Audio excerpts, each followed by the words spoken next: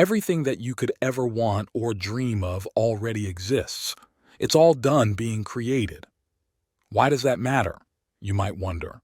Well, it's comforting to know that there's a version of you out there who already has everything you're wishing for right now.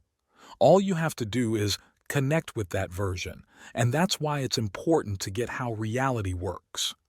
Once you get how reality works, your own reality, understanding reality, starts coming out of you, whether you realize it or not.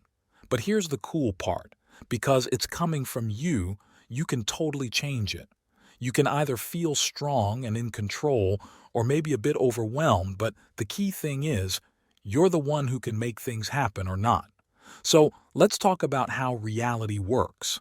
The whole creating stuff process is already done. Whether you think of it as a higher power, the universe, or something else, it's got everything. Things we can see and even things we can't. That means there's a version of you in the big picture that has everything you want. But here's the catch. It's like a possibility waiting to happen. See, we're here in this everyday world to bring our part of creation from a kind of hidden place called the fourth dimension. It's like a world of endless possibilities, but you can't touch it. Your strong focus on a thought, combined with real feelings, is what brings that possibility into the real, touchable world we live in. Your prevailing thoughts carry the power to mold your mood, and your mood, in turn, paints the canvas of your identity. The person you perceive yourself to be is precisely what materializes in your life. This is precisely why affirmations devoid of genuine feeling often fall flat. They get rejected by the core of who you are. It's a bit like saying you're going to work every day. It becomes your reality, not because it's the only possibility in the grand scheme of things, but because you believe it to be true, even though the unforeseen might intervene. Consider this. In the divine mind, going to work and jetting off on a vacation to a far-off land are on equal footing. Yet, if your routine is all about work and you've convinced yourself that this is who you are, it unfolds effortlessly, even though, theoretically, an unexpected event could disrupt that routine. Strangely, you don't dwell on such possibilities. You're certain that you'll be heading to work the next day. Now, you might argue that going to work is your reality, unlike a vacation, which seems out of reach due to financial constraints and various limitations. Yet, this notion of work being routine is your conditioned mind making predictions based on incomplete information. The bigger picture remains unknown. There are countless ways you could be luxuriating on a dream vacation right now, but your limited mind can't foresee them because it operates within constraints. This is why it's crucial to release preconceived notions and fully embrace becoming the person who already possesses their desires, vividly imagining the wish fulfilled in our minds. The divine will take care of the rest. So, at its core, it's about trusting yourself, your imagination, and maintaining unwavering persistence. Your inner thoughts project onto your external reality. It boils down to two key elements: assumptions and persistence. Your present experiences were once mere assumptions, and they become your reality because you persist in believing them to be true. Take, for instance, the false notion imposed upon you that "I am not very smart," a misguided comment from unconscious individuals. You unconsciously adopted this belief, and it solidified into your reality. For others, it could be narratives like, "I am not worthy," "I am unlovable," or "I must toil tirelessly to earn anything of value."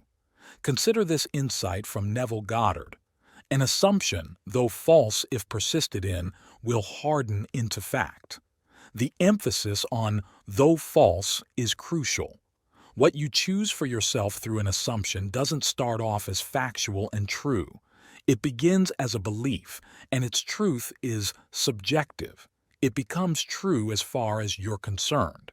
When you hold this belief, Your subconscious adopts it, and before you know it, it materializes in your reality as your own creation, perhaps forgotten in the recesses of your memory.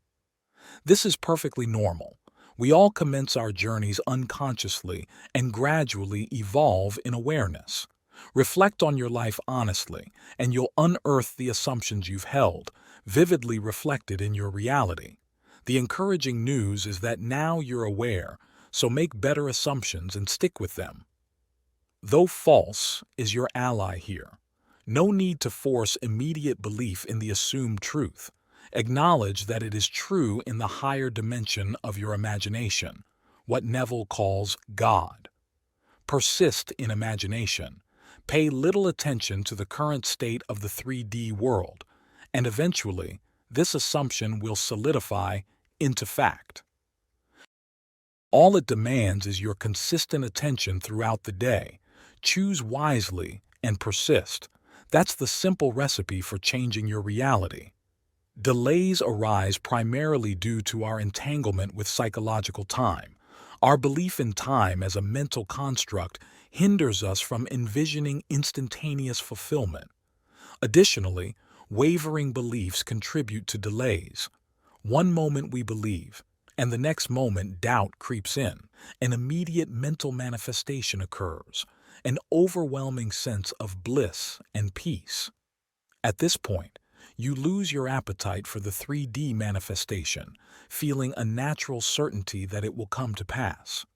In this mental instantaneity, fulfillment is achieved, and the 3D reality shifts to reflect this newfound contentment. Despite this mental swiftness, the translation from fourth-dimensional fulfillment to 3D manifestation takes time due to our ingrained association of 3D with time. As Neville pointed out, each desire has its gestation period. Just as a baby takes 9 months to be born, each desire will require some 3D time. Yet, once you sense the wish fulfilled in your heart and lose the craving for it, akin to the fullness after a hearty meal, the manifestation becomes inevitable. Let's dive into the question of free will, number 4 on our list. Neville Goddard provides a perspective that resonates. We have freedom of choice, not necessarily free will. The crucial distinction lies in what happens after we make a choice or assumption. That part is beyond our control. Neville advises against fretting over the how of our desire's manifestation because it's unpredictable. We move forward under compulsion, navigating a sequence of events leading to fulfillment. Reflect on success stories and you'll find a common thread. No one had a foolproof plan on how they would achieve their goals. It unfolded automatically through persistent dedication to their dreams. Our role is to decide what we want, and the higher being within us takes care of the rest. While we don't make things happen in the world, we are the directors of our reality. The law of assumption is impartial. It manifests whatever you choose, whether positive or negative.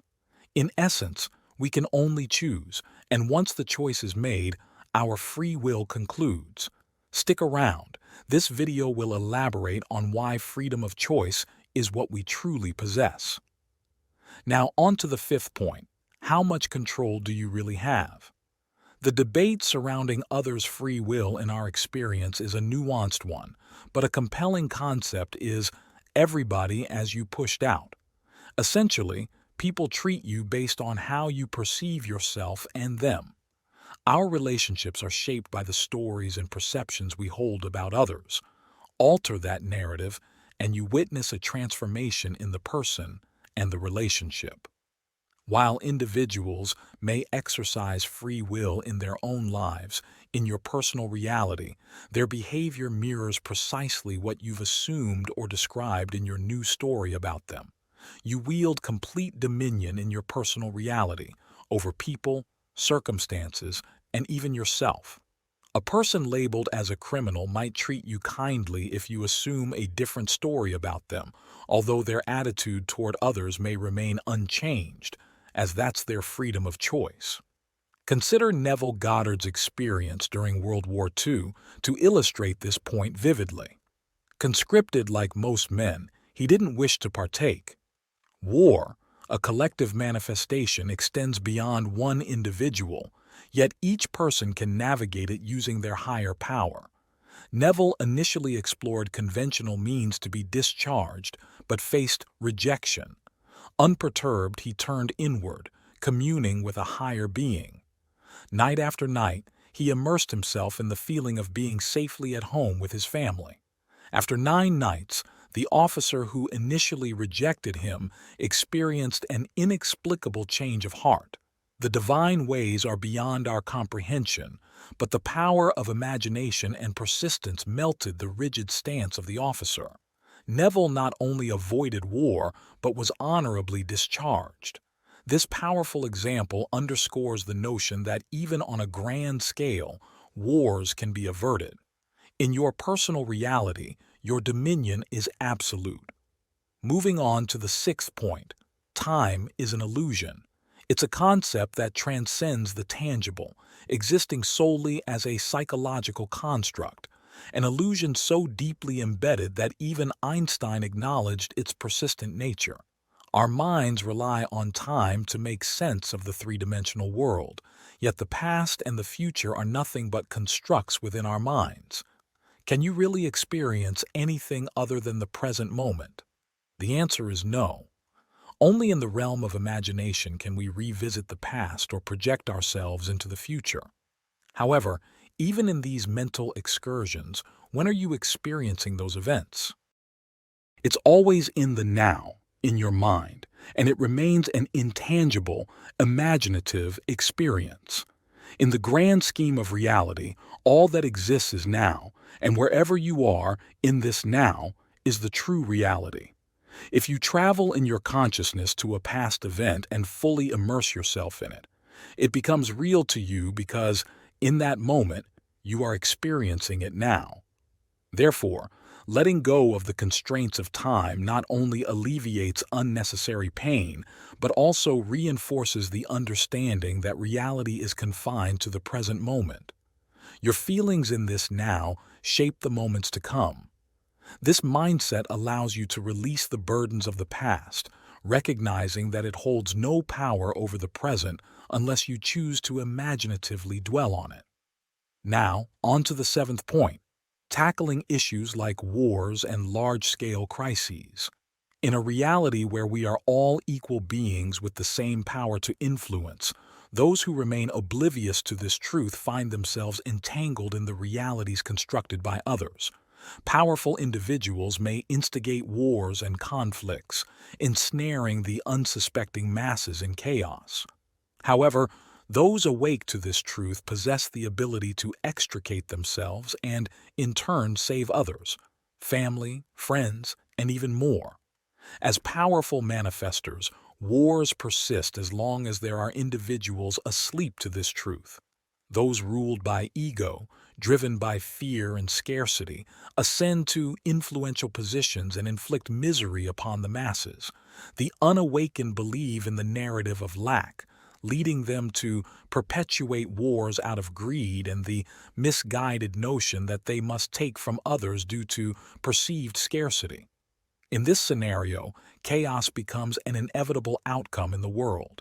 Nevertheless, the awakened maintain the autonomy to navigate and save themselves and their loved ones, exemplified by Neville's escape from World War II. The world may be in chaos, but those who are aware of their power can rise above the tumult, fostering a reality of harmony within the chaos. Now, on to the 8th point, the realization that our existence isn't meant to be a utopia, but rather a captivating game orchestrated by the divine. Life, this grand game, is intended for us to revel in the experience of creation. To fully engage in this cosmic play, we had to willingly forget our true selves to authentically partake. Imagine knowing our true identity without the constraints of human limitations. Where would be the challenge, the intrigue, the point? The absence of challenges is precisely why we're endowed with freedom of choice, not free will, to infuse the experience with authenticity and unpredictability. We make choices, and the divine orchestrates the rest in ways beyond our comprehension. The necessity of this limited human form, coupled with complete amnesia of our true essence, was a prerequisite for this captivating cosmic drama. Crucially, the enjoyment or misery in this cosmic play hinges on our choices.